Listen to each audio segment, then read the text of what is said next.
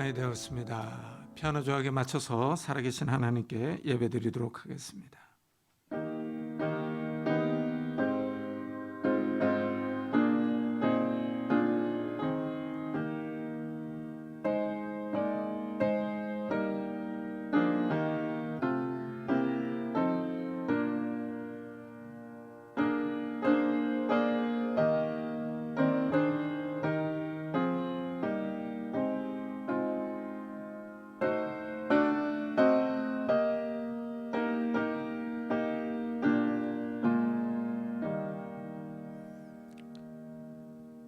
예수께서 이르시되 나는 부활이요 생명이니 나를 믿는 자는 죽어도 살겠고 무릇 살아서 나를 믿는 자는 영원히 죽지 아니하리니 이것을 내가 믿느냐. 이르되 주여 그러하이다. 주는 그리스도시요 세상에 오시는 하나님의 아들이신 줄 내가 믿나이다. 아멘. 주님께서 이 땅에 오셔서 사망 권세를 깨고 부활하셨습니다. 주님께서 다시 살아나심으로 우리에게 산 소망이 생겼습니다. 우리도 다시 살 것을 믿습니다. 정말 하나님의 나라에서 영원히 살 것을 믿습니다. 이런 믿음이 우리가 변치 않도록 주님 축복해 주시고 이 땅에서 사는 동안에 이 소망을 굳게 부여잡고 믿음에 바로 서서 사랑을 실천하며 살아갈 수 있는 저희들이 될 수 있도록 축복해 주옵소서. 이 시간 주님의 그 부활을 기념하며 하나님 앞에 예배를 드립니다. 성령 하나님께서 우리 가운데 충만히 임재하셔서 우리의 찬양과 기도와 예배를 받아 주옵소서. 감사드리며 예수 그리스도의 이름으로 기도드리옵나이다. 아멘. 찬송가 뒤에 있는 교독문 133번을 같이 교독하겠습니다. 교독문 133번 부활절 1번입니다. 하나님께서 그를 사망의 고통에서 풀어 살리셨으니 우리 주 예수 그리스도로 말미암아 우리에게 승리를 주시는 하나님께 감사하노니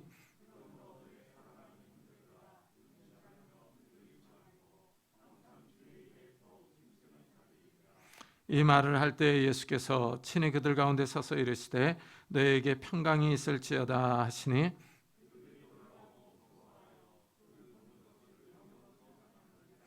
예수께서 이르시되 어찌하여 두려워하며 어찌하여 마음에 의심이 일어나느냐.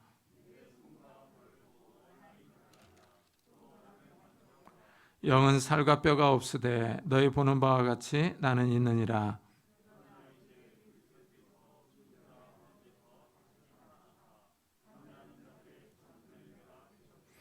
예수께서 이르시되 나는 부활이요 생명이니 나를 믿는 자는 죽어도 살겠고 무릇 살아서 나를 믿는 자는 영원히 죽지 아니하리니 이것을 내가 믿느냐. 이르되 주여 그러하이다. 주는 그리스도시요 세상에 오시는 하나님의 아들이신 줄 내가 믿나이다. 아멘.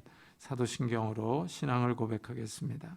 전능하사 천지를 만드신 하나님 아버지를 내가 믿사오며 그 외아들 우리 주 예수 그리스도를 믿사오니 이는 성령으로 잉태하사 동정녀 마리아에게 나시고 본디오 빌라도에게 고난을 받사 십자가에 못 박혀 죽으시고 장사한 지 사흘 만에 죽은 자 가운데서 다시 살아나시며 하늘에 오르사 전능하신 하나님 우편에 앉아 계시다가 저희로서 산 자와 죽은 자를 심판하러 오시리라. 성령을 믿사오며 거룩한 공회와 성도가 서로 교통하는 것과 죄를 사하여 주시는 것과 몸이 다시 사는 것과 영원히 사는 것을 믿사옵나이다. 아멘. 우리 다 같이 자리에 앉으셔서 찬송가 167장을 부르겠습니다.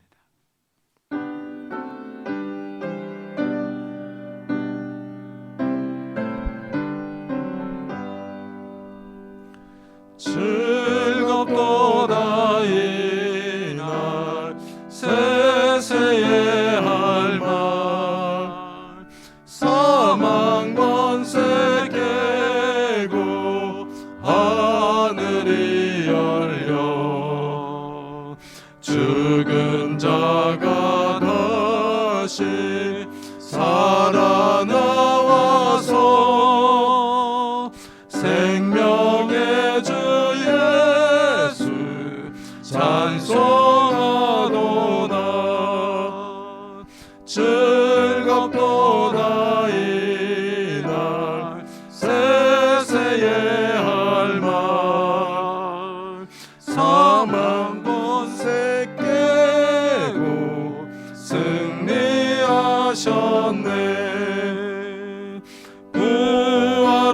하신 주님 나타나시니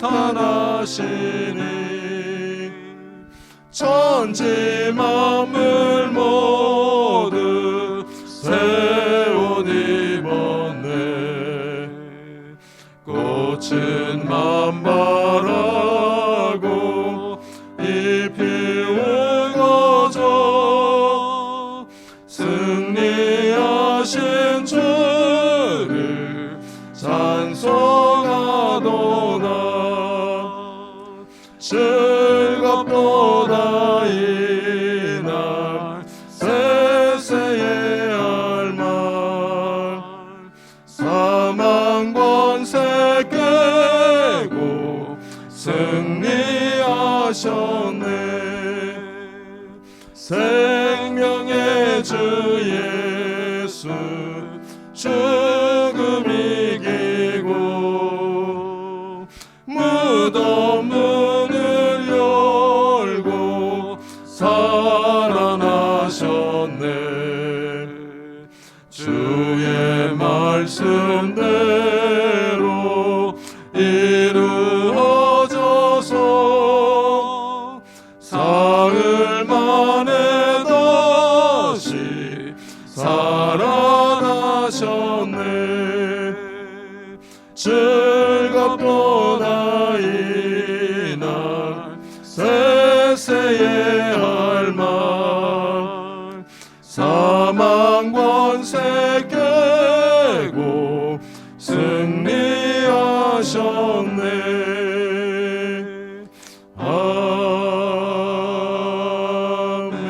아멘. 김강우 강사님께서 대표 기도해 주시겠습니다.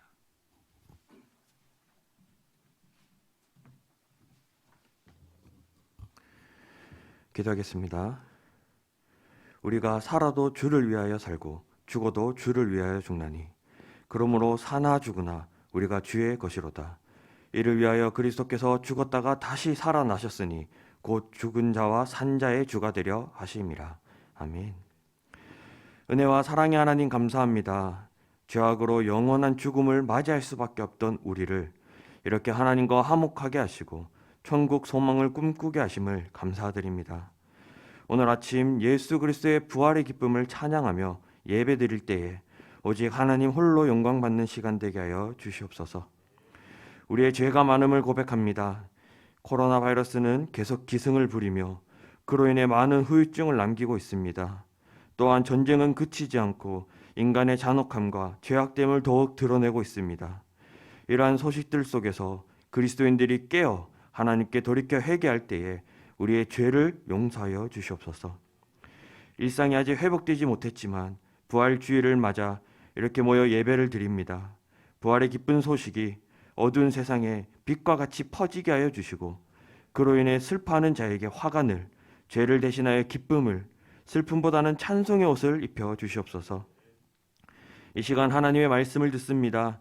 담임 목사님께서 텅 빈 무덤이라는 제목으로 하나님의 말씀을 선포하실 때에 텅 빈 우리의 마음이 성령으로 가득하여지는 시간 되게 하여 주시옵소서. 전하는 자나 듣는 자 모두가 하나님의 임재를 경험하는 예배의 시간 되게 하여 주시옵소서. 아픔으로 이 자리에 함께하지 못하는 성도들이 있습니다. 그들을 기억하셔서 어느 곳에 있든지 하나님께서 함께하여 주시옵고 각자의 자리에서 하나님을 찾을 때에 부활의 기쁨이 흐르게 하여 주셔서 아픈 육신이 회복되게 하시고 병든 마음이 치유되게 하여 주시옵소서.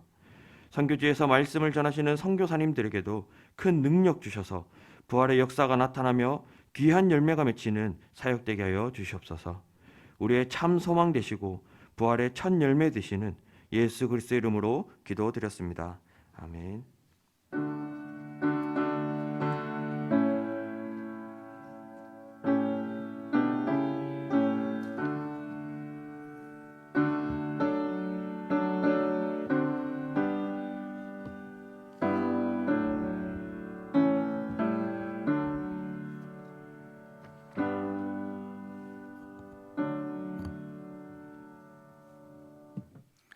하나님의 말씀은 누가복음 24장입니다.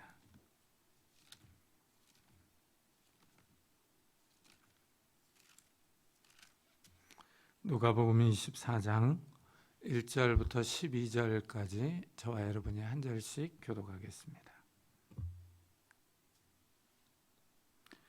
누가복음 24장 1절부터 12절까지입니다. 신약성경 139페이지입니다. 안식 후 첫날 새벽에 이 여자들이 그 준비한 향품을 가지고 무덤에 가서 들어가니 주 예수의 시체가 보이지 아니하더라.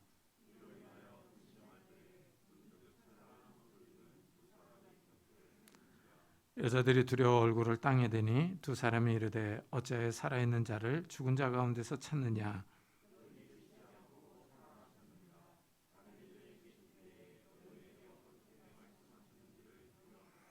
이르시기를 인자가 주인의 손에 넘겨져 십자가에 못 박히고 제3일에 다시 살아나야 하리라 하셨느니라 한데 무덤에서 돌아가 이 모든 것을 11 사도와 다른 모든 이에게 알리니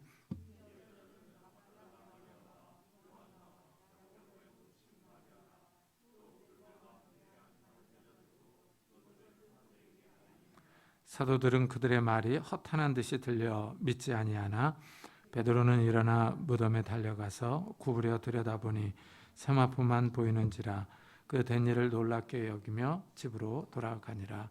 아멘. 사람은 다 죽음 앞에 서야 합니다. 그래서 사람들은 편안한 죽음을 원합니다.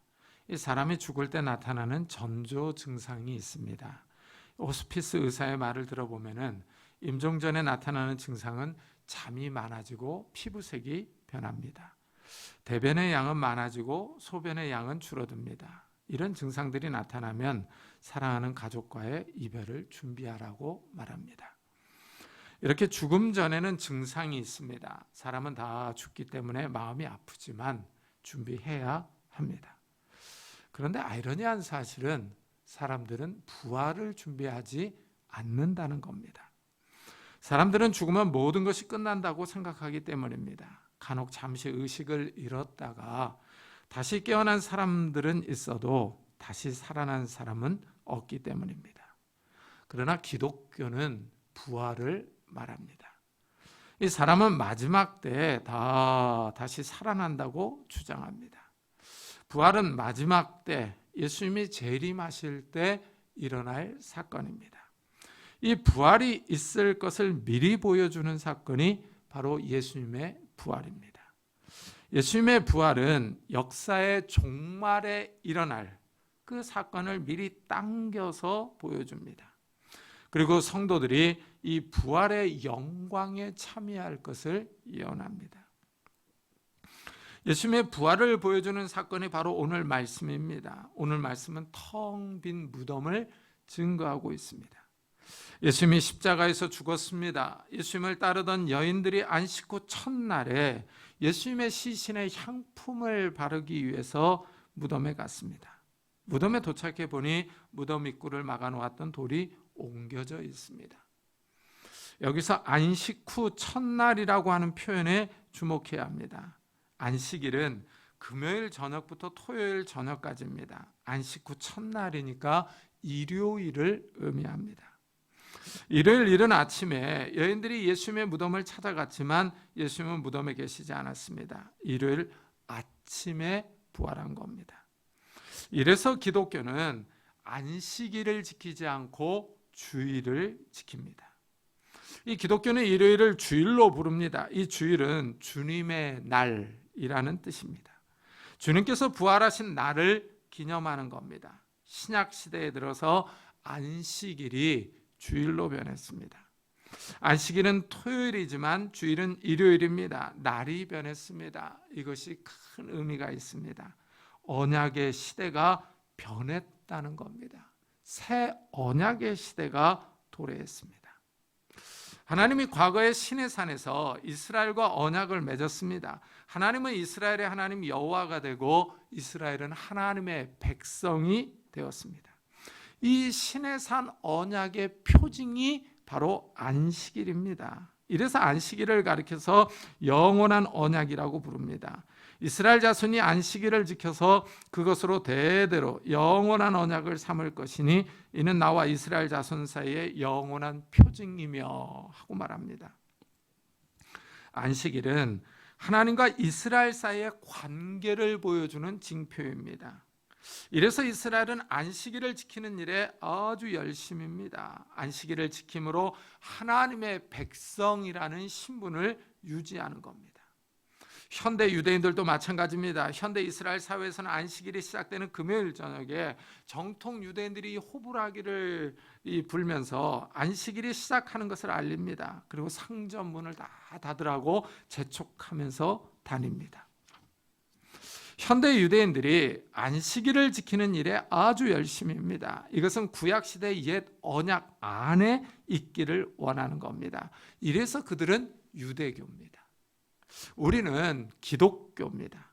예수님이 십자가에 달리시기 전에 유월절 식사를 하십니다. 그때 포도주와 떡을 나눠주시면서 새 언약을 제정하십니다. 십자가에서 많은 사람의 죄를 위하여 피를 흘려 죽을 것을 말씀하십니다. 이 예수님의 십자가가 새 언약입니다. 예수님이 유월절의 어린 양으로 십자가에서 죽었습니다. 유월절의 의미가 성취된 겁니다. 예수님이 구약의 율법을 성취하십니다. 이래서 기독교는 더 이상 유월절을 지키지 않습니다. 이와 마찬가지로 기독교는 더 이상 안식일을 지키는 것이 아니라 주일을 지킵니다. 이래서 예수님이 이 땅에 오셔서 안식일에 의도적으로 병을 고치십니다. 하나님의 아들이신 예수님이 이 땅에 오셨기 때문입니다. 율법을 성취하는 분, 완성하는 분이 오셨습니다. 안식일의 주인이시며 안식의 진정한 의미를 성취하시는 분이 직접 이 땅에 오셨기 때문입니다. 예수님이 이 땅에 오심으로 율법이 성취되었습니다. 율법이 성취됨으로 무효화된 것이 바로 안식일법입니다. 안식일을 더 이상 지키지 않아도 됩니다. 예수님이 십자가에서 율법의 저주를 담당하셨습니다. 우리의 죄를 지시고 돌아가셨습니다. 그리고 3일에 부활하셨습니다. 이래서 기독교는 예수님의 부활을 기념하는 주일, 이 주님의 날에 모여서 예배를 드립니다. 여인들이 무덤에 들어가서 보니 예수님의 시신이 보이지 않습니다. 여인들이 놀라서 당황하고 있을 때 찬란한 옷을 입은 두 사람이 곁에 서 있습니다. 천사가 나타났습니다. 여기서 두 명이 나타난 것에 주목해야 합니다. 구약적인 배경에서 보면 두 사람의 증언이 법적인 효력을 갖기 때문입니다. 여인들이 두려워서 땅에 엎드립니다. 두 천사가 예수님의 시신을 찾는 여인들에게 이렇게 말합니다. 어찌하여 살아있는 자를 죽은 자 가운데서 찾느냐 합니다. 여기서 이 살아있는 자와 죽은 자가 대조를 이루고 있습니다. 이 무덤은 죽은 자가 있는 곳이지 살아있는 자가 있을 곳은 아닙니다. 천사들은 예수님이 살아있다고 말합니다. 여인들이 전혀 상상할 수 없는 일이 일어났습니다. 죽은 사람은 호흡이 없습니다. 죽은 사람은 말을 하지 못하고 움직이지도 못해서 무덤에 가만히 누워있을 수밖에 없습니다. 그러나 살아있는 사람은 무덤에 누워있을 수가 없습니다. 살아있는 사람은 갑갑해서 가만히 누워있지 않고 움직입니다. 천사들은 예수님이 여기 계시지 않고 살아나셨느니라 하고 말합니다. 예수님이 다시 살아나셔서 무덤을 떠나셨습니다. 여인들은 아침 일찍 향품을 바르려고 왔다가 청천벽력과 같은 소리를 듣습니다. 천사가 나타난 것도 당황스러운데 이 천사가 하는 말은 더 당황스럽습니다. 죽은 사람이 다시 살아났다는 말을 들었기 때문입니다. 사람의 일반적인 상식, 이 지식을 뛰어넘는 사건입니다. 이 사람은 태어나고 죽습니다. 이것이 이 세상의 질서입니다. 그런데 이 질서를 파괴하는 일이 벌어졌습니다. 무덤은 죽은 사람들이 가는 장소입니다. 살아있는 사람들은 말도 많고 시끄럽고 문제도 많습니다. 그러나 무덤은 적막하고 조용합니다. 이래서 사람들이 이 무덤에 가는 것을 좋아하지 않습니다. 이 공동묘지에는 조용하고 문제가 없습니다. 무덤은 사망의 권세를 보여줍니다. 무덤은 죽어서 움직이지 못하는 사람을 놓아두지 살아있는 사람을 잡아둘 수 없습니다. 사람들은 묘지에서 귀신을 보았다는 말을 자주 하며 두려워합니다. 무덤은 죽은 사람들이 묻힌 장소이기 때문입니다. 이곳에서 다시 살아났다는 사람은 없습니다. 그러나 천사들은 예수님이 무덤에서 다시 살아나셔서 떠났다고 증언합니다. 무덤은 살아계신 예수님을 잡아둘 수가 없었습니다. 사망의 권세가 예수님을 붙잡아둘 수 없었습니다. 천사는 어찌하여 살아있는 자를 죽은 자 가운데서 찾느냐 하고 말합니다. 천사들은 여인들에게 잘못 찾아왔다고 말합니다. 무덤에서 살아있는 사람을 찾는 것은 잘못이라는 겁니다. 천사들은 예수님이 다시 살아났다고 합니다. 이 말이 사람들에게 희망을 줍니다. 사람이 다시 살아날 수 있다는 희망입니다. 예수님이 부활하심으로 사람이 다시 살 수 있다는 소망을 갖게 되었습니다. 마치 어두운 세상에 빛이 비치는 것과 같습니다. 모든 사람은 다 죽어야 합니다. 죽음 앞에 서 있는 사람들에게 한 줄기의 빛이 비칩니다. 죽음 앞에서 무기력하고 무능한 사람들에게 소망을 줍니다. 죽음에서 다시 살아날 수 있다는 소망의 빛입니다. 예수님이 자신을 나는 세상의 빛이다 하고 소개하셨습니다. 그렇다면 예수님이 어떻게 세상의 빛이 되겠습니까? 예수님은 나는 세상의 빛이니 나를 따르는 자는 어둠에 다니지 아니하고 생명의 빛을 얻으리라 하십니다. 예수님을 따르는 사람들은 생명의 빛을 얻습니다. 이것이 부활과 관련이 있습니다. 예수님이 무덤에서 다시 살아나셨습니다. 죽었다가 부활하심으로 이 어두운 세상에 생명의 빛을 비추십니다. 예수님이 생명을 주시는 분입니다. 죽은 사람을 다시 살려주십니다. 기독교는 이 부활의 메시지를 전합니다. 이 부활의 메시지가 이 어두운 세상에 전파되고 있습니다. 한번 생각해 보십시오. 이 세상에서 죽은 사람이 다시 살 수 있다는 메시지를 전해줄 수 있는 곳이 어디에 있겠습니까? 대학교에서 이런 메시지를 전하겠습니까? 윤리학이나 철학을 가르치는 유명 교수가 이런 말을 하겠습니까? 정부의 보건복지부에서 이런 발표를 하겠습니까? 죽은 사람이 다시 살 수 있다는 말은 엄청난 선포입니다. 이 세상에서 이런 선언을 할 수 있는 사람은 없습니다. 절대 권력을 쥐고 있는 미국의 대통령도 이런 말을 할 수는 없습니다. 어제 뉴스를 보니까 이 미국의 바이든 대통령이 이 연설을 마치고 나서 허공에 대고 악수를 청하는 이런 모습이 뉴스에 보도되었습니다. 죽을 날이 가깝다는 의미입니다. 치매에 걸렸다는 말이 다시 나오고 있습니다. 이 세상의 최강대국의 대통령도 죽음을 피해갈 수는 없습니다. 그러나 예수님은 자신이 세상의 빛이라고 하십니다. 이 어두운 세상에 비치는 한 줄기 빛입니다. 죽음의 세력 앞에서 무서워 떠는 사람들에게 비치는 생명의 빛입니다. 예수님은 사망에 매여 살아가는 사람들에게 나는 부활이요 생명이니 나를 믿는 자는 죽어도 살겠고 무릇 살아서 나를 믿는 자는 영원히 죽지 아니하리니 이것을 내가 믿느냐 하고 말씀합니다. 예수님은 자신이 부활이며 생명이라고 선언합니다. 예수님이 생명의 근원이시며 생명을 주시는 분입니다. 예수님은 자신을 믿는 사람들이 생명을 얻는다고 하십니다. 예수님을 믿는 사람들은 죽어도 다시 살아납니다. 이 말은 둘 중에 하나일 겁니다. 미친 사람의 말이거나 아니면 정말 이 진실일 것입니다. 예수님이 이렇게 주장하시고 나서 내가 믿느냐 하고 물어보십니다. 부활의 생명은 믿는 사람들에게 나타난다는 의미입니다. 천사들은 예수님이 다시 살아나셨다고 선포합니다. 그리고 여인들에게 과거에 예수님이 하신 말씀을 기억하라고 말합니다. 갈릴리에 계실 때 너희에게 어떻게 말씀하셨는지를 기억하라 합니다. 이 점에 우리가 주목해야 합니다. 지금 여인들은 아주 혼란스러운 상태입니다. 여인들은 3년 동안 예수님을 따라다니며 섬겼습니다. 예수님이 하나님 나라를 선포하시며 기적을 행하셨습니다. 이스라엘 역사에 이렇게 능력이 많은 선지자가 나타난 적이 없습니다. 예수님이 나타나셔서 각종 기적을 행하십니다. 죽은 자를 살리고 오병이어의 기적을 보여주십니다. 여인들은 예수님의 말씀 선포를 듣고 예수님이 기적 행하는 것을 보고 이 땅에 하나님의 나라가 실현될 것을 기대했습니다. 예수님은 예루살렘에 입성하실 때 많은 무리의 환호를 받았습니다. 여인들은 하나님의 나라가 당장 임할 줄 알았습니다. 그러나 예수님은 유대의 종교 지도자들에게 정죄를 받고 십자가에서 죽었습니다.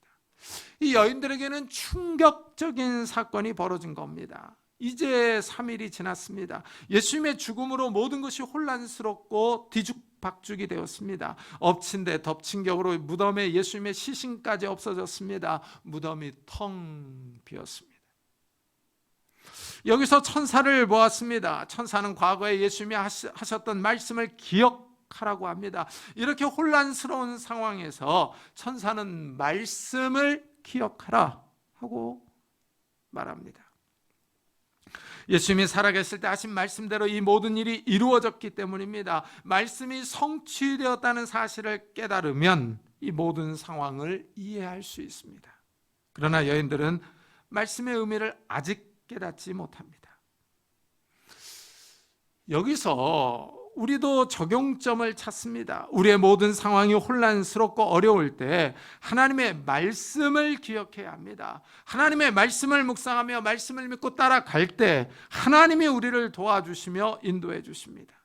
하나님의 말씀을 묵상하며 기억할 때 신기하게 말씀이 살아서 역사합니다. 말씀이 우리의 복잡한 상황을 정리하며 우리를 인도해 줍니다.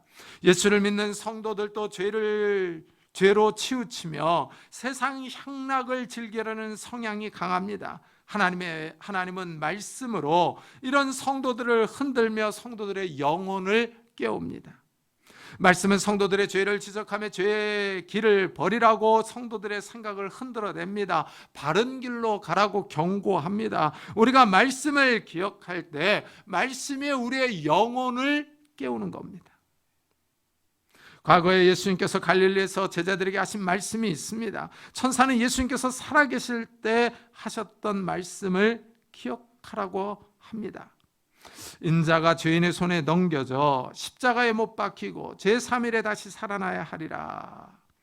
이것은 예수님이 자신의 십자가의 죽음과 부활을 예언해 주신 말씀입니다. 이 가이사라 빌립보에서 하루는 예수님이 제자들에게 사람들이 예수님을 어떻게 생각하는지를 물어보십니다. 제자들이 사람들 사이에서 하는 말을 전해줍니다. 사람들이 예수님을 선지자 가운데 한 사람으로 여기고 있다고 말해줍니다. 그래서 예수님이 너희는 나를 누구라고 아느냐 하고 물어봅니다. 제자들의 생각을 물어본 겁니다.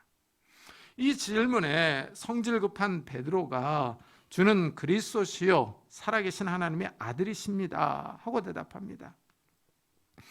베드로는 예수님의 신분을 메시아로 말합니다. 베드로는 예수님을 이스라엘이 그토록 기다리던 메시아라고 인정합니다. 이 고백은 그 당시 유대 사회에서는 정치적으로 아주 민감한 사안입니다. 베드로의 고백을 들은 예수님은 이 메시아가 해야 할 일, 메시아의 사명을 처음으로 말씀해 줍니다. 메시아이신 예수님이 해야 할 일은 3가지입니다. 첫째, 예수님이 예루살렘에 올라가서 유다의 종교 지도자들에게 넘겨질 겁니다. 둘째, 그들이 예수님을 십자가에 못 박아 죽입니다. 셋째, 그러나 예수님은 3일에 다시 살아날 것을 예언하십니다. 이 메시아가 해야 할 일이 충격입니다. 그 당시 유대인들의 기대와는 전혀 다른 메시아 사상입니다. 유대인들은 메시아가 와서 로마로부터 자신들을 구원해 줄 것을 기대했습니다. 그런데 예수님은 십자가에서 못 박혀 죽는다고 하시고 3일에 다시 살아날 것을 예언합니다. 유대인들의 기대를 무너뜨리는 말입니다.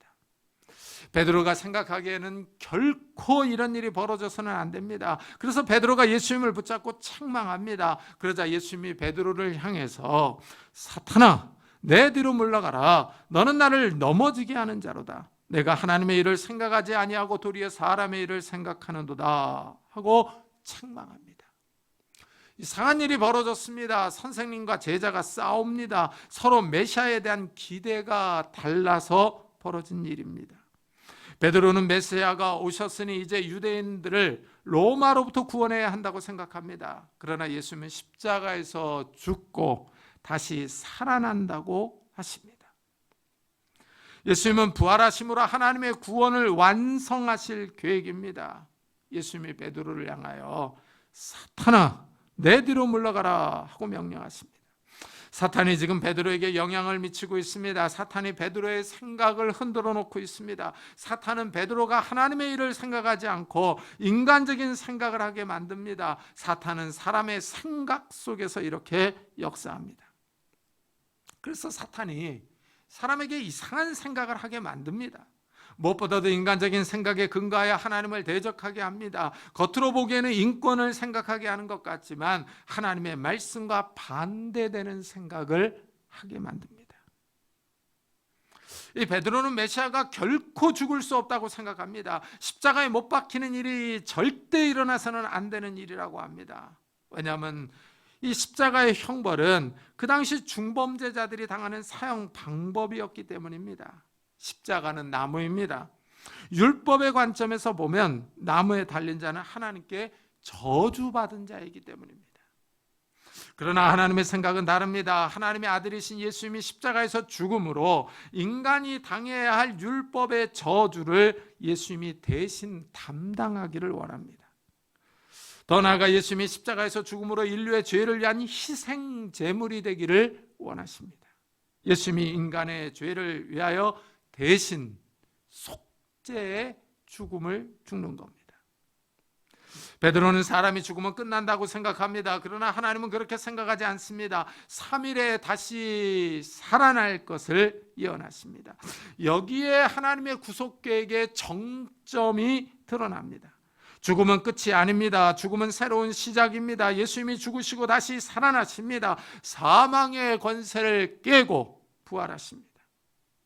예수님은 죽기 전에 죽음을 예고하셨습니다. 죽음뿐 아니라 제3일에 다시 살아날 것을 예언하셨습니다. 예수님의 신적 능력이 대단합니다. 죽음과 부활을 정확하게 예언하셨습니다. 천사들은 지금 여인들에게 그 말씀을 기억하라고 촉구하고 있습니다. 여인들이 지금 텅 빈 무덤을 본 것은 예수님의 말씀이 이제 역사 속에서 실제 이루어졌다는 의미입니다. 여기에 우리도 주목해야 합니다. 예수님이 미리 말씀하신 것이 이루어졌습니다. 예수님이 죽었다가 다시 산 것은 우연이 된 것이 아닙니다. 그냥 죽은 후에 다시 의식이 돌아와서 깨어난 것이 아닙니다. 예수님은 확실하게 죽었습니다. 로마 군인들이 예수님의 죽음을 확인했습니다. 예수님이 죽자 아리마대 사람 요셉이 예수님의 시신을 옮겨서 장사 지냈습니다. 니고데모도 향품을 가져와서 함께 했습니다. 요셉이 아직 아무도 장사 지낸 적이 없는 새 무덤에 예수님의 시신을 놓고 무덤을 돌로 막아 놓았습니다. 제3일에 여인들이 시신에 향품을 바르려고 왔습니다. 그러나 여인들은 예수님의 시신을 보지 못하고 텅 빈 무덤을 보았습니다. 여인들은 예수님의 시신이 일어나서 싸고 있던 세마포를 걷어내는 것을 본 것은 아닙니다. 예수님의 시신이 움직이는 소리를 들은 것은 아닙니다. 그들은 단지 무덤이 비었다는 것을 확인했습니다. 예수님이 다시 살아나셨다는 천사들의 증언을 들었습니다. 후에 여인들은 부활하신 예수님을 직접 만났습니다. 이런 여인들의 모습과 2000년대를 살아가는 우리와는 좀 다릅니다. 우리는 예수님을 직접 보지는 못했습니다. 우리는 여인들과 제자들이 전해준 복음을 믿는 겁니다. 이래서 예수님은 보지 못하고 믿는 사람들이 복되다라고 말씀하셨습니다. 여인들은 천사들의 말을 듣고 나서 과거에 예수님이 하셨던 말씀을 기억합니다. 제자들에게 뛰어가서 11 사도들과 다른 사람들에게 이 일을 말해줍니다. 여인들이 첫 번째로 예수님의 부활의 증인이 되었습니다. 여인들은 예수님의 죽음과 장사를 끝까지 함께 했습니다. 예수님이 십자가에서 돌아가실 때 끝까지 그 자리에 있었습니다. 아리마대 사람 요셉과 니고데모가 예수님의 장례를 치를 때에도 여인들이 함께 했습니다. 그러더니 천사들에게 예수님이 부활하신 소식을 가장 먼저 들었습니다. 여인들이 제자들에게 이 소식을 전해줍니다. 그러나 제자들이 믿으려고 하지를 않습니다. 사도들은 그들의 말이 허탄한 듯이 들려 믿지 아니하나 하고 반응을 보입니다. 여기서 허탄한 듯이는 쓸데없는 말, 터무니없는 말을 뜻합니다. 제자들은 여인들의 말을 의미가 없는 빈말, 공허한 말로 들었습니다. 제자들도 예수님의 말을 귀담아 듣지 않았습니다. 예수님은 여러 차례 제자들에게 십자가에서 죽고 부활할 것을 말씀하셨습니다. 제자들은 그 말을 믿지 않았습니다. 중요하게 생각하지 않았습니다. 그러더니 여인들이 예수님의 부활을 말할 때도 터무니없는 말로 여깁니다. 말씀을 듣고 잊어버려서 그렇습니다. 말씀에 주의를 기울이지 않아서 이런 일이 벌어집니다. 이 사건에서 우리가 주목해야 할 사안이 또 있습니다. 제자들은 처음에 예수님의 부활을 믿지 않았습니다. 여기서 제자들이 믿든 믿지 않던 간에 예수님의 부활은 일어났습니다.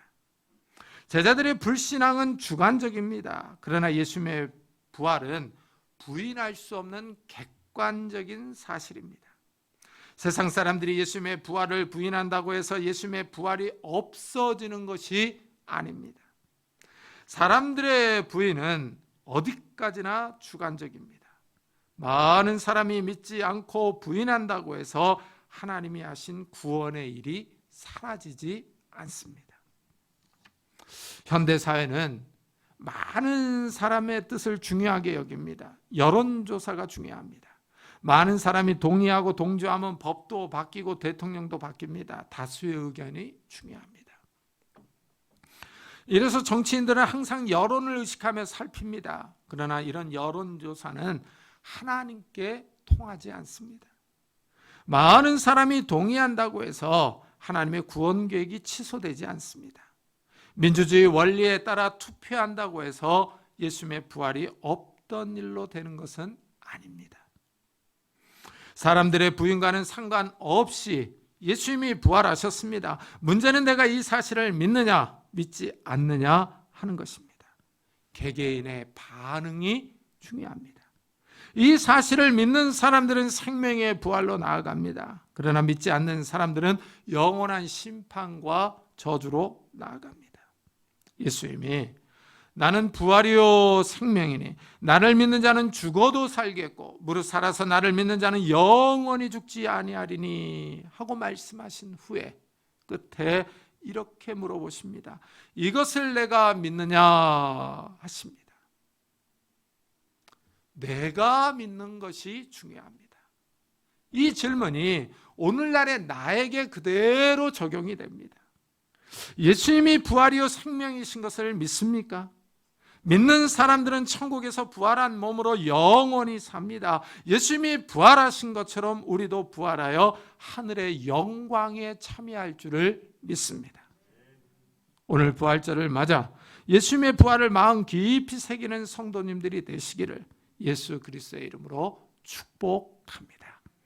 우리 한번 들은 말씀을 생각하면서 예수님의 부활을 감사하면서 정말 이 부활의 영광에 동참하게 해달라고, 정말 날마다 예수님의 그 새 생명 가운데 살아가게 해달라고 우리 한번 자기 자신을 위해서 같이 기도하고 우리 성찬식을 거행하도록 하겠습니다.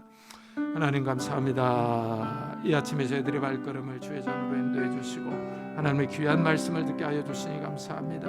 하나님, 나는 부활이요 생명이다 하셨습니다. 정말 이 사실을 믿는 사람들에게 영원한 생명이 있다고 하셨습니다.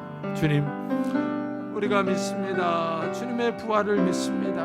우리도 마지막 날에 다시 부활하여 영원한 생명으로 들어갈 줄을 믿습니다. 영원한 기쁨 가운데 거할 줄을 믿습니다. 하나님,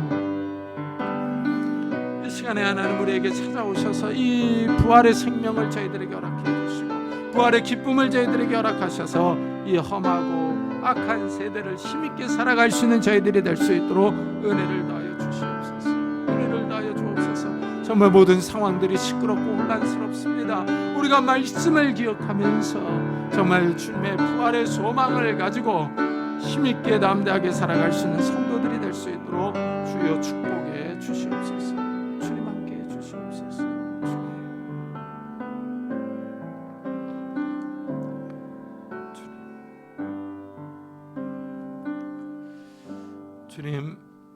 주님께서는 이것을 내가 믿느냐라고 도전하셨습니다. 정말 우리가 주님께서 부활이시며 생명이심을 믿습니다. 우리도 마지막 날에 다시 부활하여 영원한 하늘나라의 영광에 동참할 줄을 믿습니다. 그 부활의 소망을 가지고 흔들리지 않는 믿음 가운데 살아갈 수 있는 저희들이 될 수 있도록 축복해 주옵소서. 이 시간에 우리의 죄를 위하여 죽으신 그 주님을 기억하며 성찬식을 거행하려고 합니다. 주님께서 찾아오셔서 우리에게 그 십자가의 은혜를 허락해 주옵소서. 감사드리며 예수 그리스도의 이름으로 기도드리옵나이다. 아멘.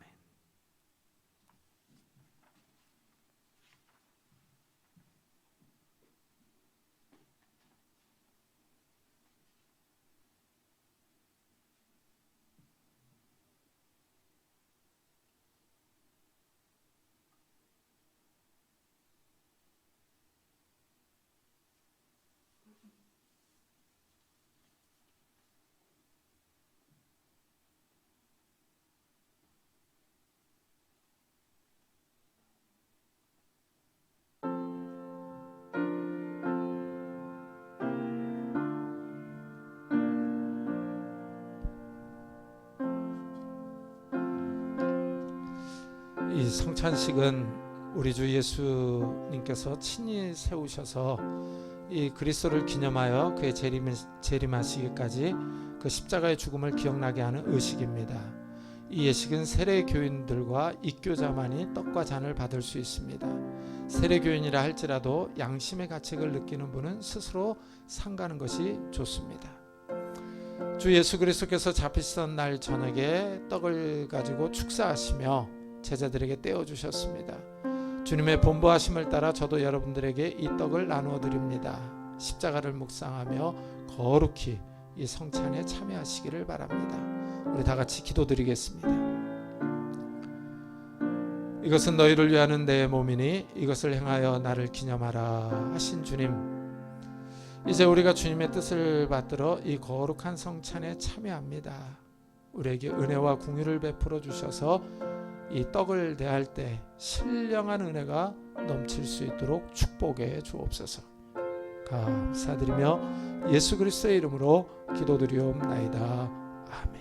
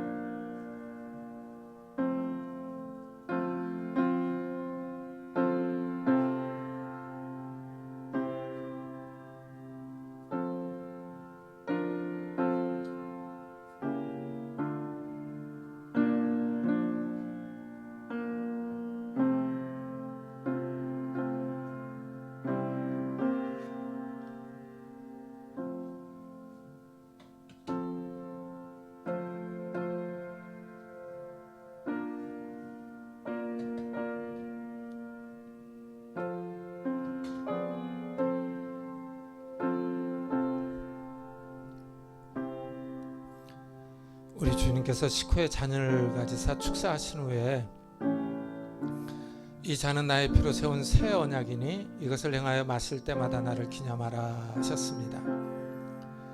우리가 이 시간 이 잔을 대할 때 주님의 생명과 더욱 연합하는 복된 시간이 되기를 바랍니다.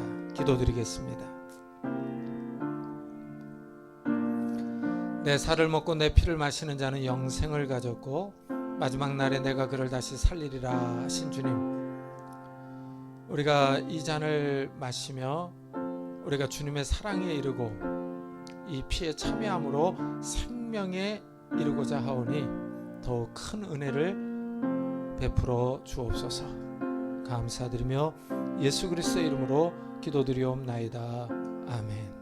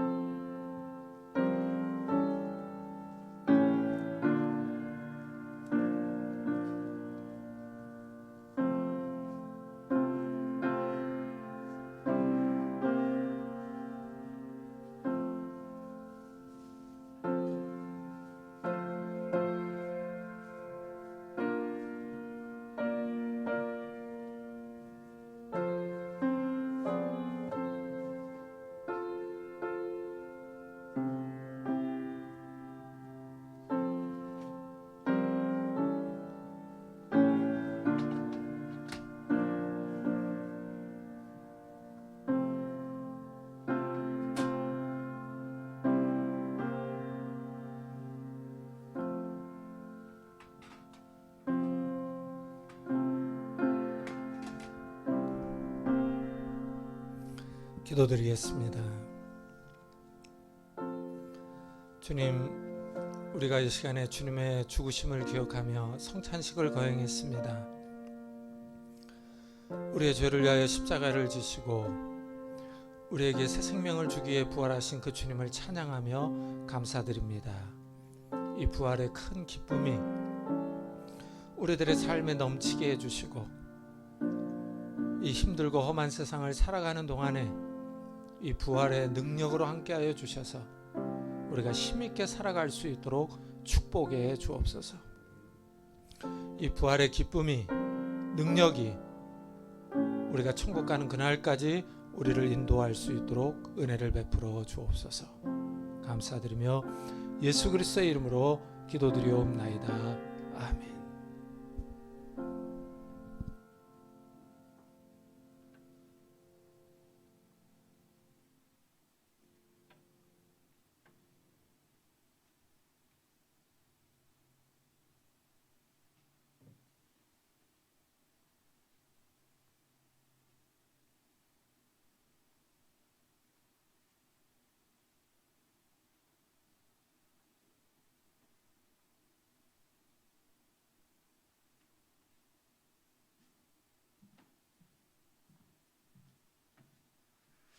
우리 다 같이 찬송가 162장을 부르겠습니다.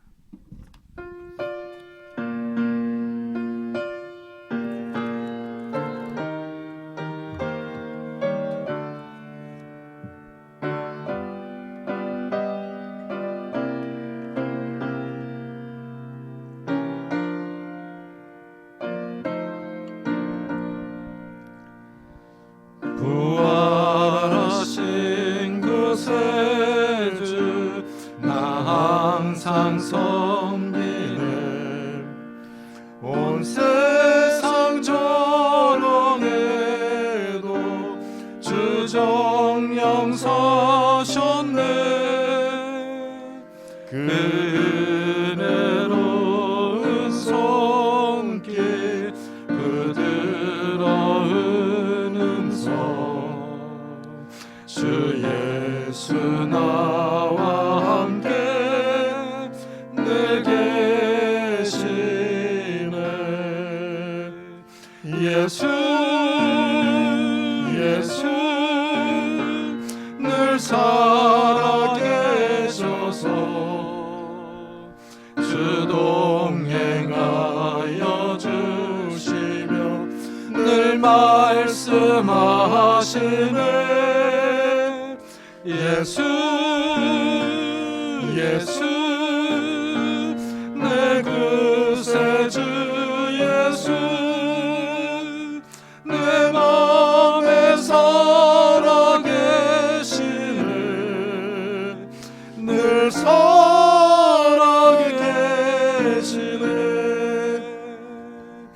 온 세상 살펴보니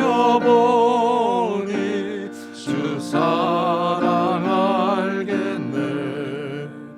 내 마음이 아플 주 사랑 알겠네. 이 세상 풍파이기 힘주시는 주님, 주 다시 영광 중에 곧 오시리. 예수 늘 살아계셔서 주 동행하여 주시며 늘 말씀하시네. 예수 내 구세주 예수, 내 맘에 살아계시네. 늘 살아계시네.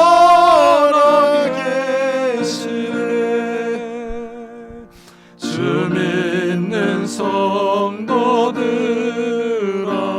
다 기쁜 노래로 주 예수님과 함께 다 찬양 드리세. 이 세상 소망이요 참 친구 되시는 주 예수 영원토록 찬양하세. 예수 늘 살아계셔서 주 동행하여 주시며 늘 말씀하시네. 예수 내 구세주 예수, 내 맘에 살아계시네. 늘 살아계시네.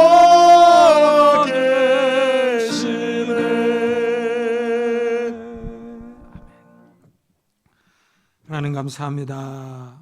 오늘 거룩한 주일을 맞아, 특별히 부활주일을 맞아 주님 앞에 귀한 예물을 드립니다.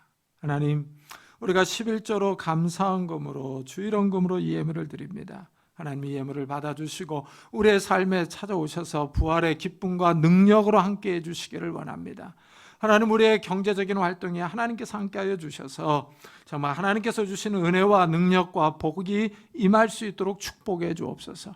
우리의 손으로 하는 모든 일들이 수고한 대로 먹게 하여 주시고 30배, 60배, 100배의 결실을 맺을 수 있도록 축복해 주옵소서. 그래서 우리가 다른 사람을 꾸어주며 도와주며 선교할 수 있는 넉넉한 삶을 살아갈 수 있도록 축복해 주옵소서. 또한 하나님, 우리의 가정들이 화목하기를 원합니다. 서로 아껴주며 이해하며 관용을 베풀 수 있는 우리 귀한 가족 식구들이 될 수 있도록 축복해 주옵소서. 연로한 부모님에게 건강을 주시고 우리의 자녀들을 축복해 주옵소서. 새로 태어난 자녀들, 학업 중에 있는 자녀들, 군문에 있는 자녀들, 해외에 있는 자녀들을 축복하셔서 이들의 가는 걸음걸음들이 복된 걸음들이 되게 하시고 이들이 하나님과 동행할 수 있는 우리 자녀들이 될 수 있도록 축복해 주옵소서. 들어와도 복을 받고 나가도 복을 받는 자녀들이 될 수 있도록 복을 허락해 주옵소서. 또한 하나님, 결혼 정년기에 있는 우리 자녀들에게 좋은 배우자들을 허락해 주셔서 아름다운 가정들을 이루게 해 주옵소서. 또한 하나님, 취업을 준비하는 우리 자녀들에게 하나님께서 예비하신 곳으로 인도해 주옵소서. 대학 입시를 준비하는 우리 자녀들에게 지혜와 인내와 건강을 허락해 주셔서 정말 잘 준비할 수 있도록 축복해 주옵소서. 하나님, 새 생명을 위해서 기도하는 우리 가정들마다 하나님께서 복을 허락해 주셔서 하나님이 주시는 새 생명들이 있도록 은혜를 베풀어 주옵소서. 우리의 삶이 하나님 앞에 있습니다. 하나님, 우리의 삶에 찾아오셔서 복을 주시고 우리의 삶을 강건하게 해 주옵소서. 특별히 하나님, 우리의 육신에 하나님께서 건강을 주시기를 원합니다. 우리 몸에 붙어있는 더러운 질병들이 다 떠나갈 수 있도록 은혜를 더하여 주옵소서. 예수 그리스도의 이름으로 명하노니 더러운 질병들아 다 떠날지어다. 예수 그리스도의 이름으로 명하노니 더러운 귀신들아 떠날지어다. 강건할지어다. 하나님께서 주시는 강건함이 우리 육신 가운데 있게 하여 주셔서 우리가 힘있게 뛰며 일할 수 있도록 축복해 주옵소서. 하나님, 이 어려운 때에 우리의 마음이 낙심하지 않도록, 우리의 마음이 낙담하지 않도록 지켜주시기를 원합니다. 우리의 마음에 담대함을 주시고 기쁨을 주시고 평안함을 더하여 주옵소서. 그래서 하나님, 이 땅을 힘있게 살아갈 수 있는 저희들이 될 수 있도록 축복해 주옵소서. 주위에 힘들어하며 어려워하는 이웃들을 돌보며 그들을 위로하며 세워줄 수 있는 믿음의 사람들이 다 될 수 있도록 축복해 주옵소서. 오늘도 복음 사역을 위해 수고하는 우리 선교사들을 축복하셔서 하나님, 코로나에 걸리지 않고 인종차별당하지 않고 경제적인 어려움에 처하지 않도록 하나님께서 은혜를 더하여 주셔서 그곳에서 그들이 증거하는 복음 사역을 통해서 많은 생명들이 주 앞에 돌아오는 놀라운 역사들이 일어날 수 있도록 축복해 주옵소서. 하나님, 우리가 이 예배를 드리고 또 세상에 나가서 한 주간을 생활합니다. 하나님, 우리와 함께 하셔서 이 부활의 기쁨과 능력으로 이 험한 세상을 살아갈 수 있도록 우리에게 힘을 주옵소서. 주님께서 우리와 함께 동행해 주실 것을 믿사오고 예수 그리스도의 이름으로 기도드리옵나이다. 아멘. 교회 소식을 알려드리겠습니다. 이번 주에 읽을 본문은 열왕기상 6장부터 열왕기상 18장까지입니다. 오늘은 부활주일로 지켰습니다. 정말 이번 주간도 이 부활의 이 기쁨 가운데 생활했으면 좋겠습니다. 이 교회에서 부활절 계란과 떡을 준비했습니다. 하나씩 받아가시기 바랍니다. 그리고 김영석 선교사의 선교 편지를 게시판에 붙여놓았습니다. 읽어보시고 기도해 주시기 바랍니다. 그리고 이제 교회 교리 교육을 시작한다고 그랬는데 이 동영상 편집 제작 때문에 조금 늦어지고 있습니다. 이제 새롭게 하려다 보니까 약간 좀 폼을 좀 바꾸느라고 약간 늦어지고 있습니다. 이 코로나에 감염되신 분들과 코로나 후유증으로 고생하시는 분들을 위해서 기도해 주시기를 바랍니다. 우리 다 같이 자리에서 일어나셔서 살아계신 주 부르고 예배 마치도록 하겠습니다.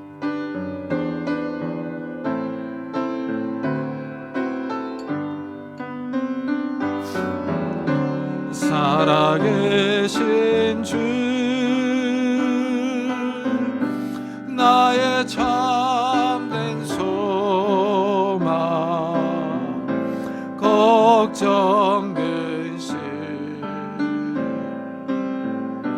전혀 없네. 사랑의 주의 발길은 너하리. 내 모든 삶의 기쁨 늘 충만하네.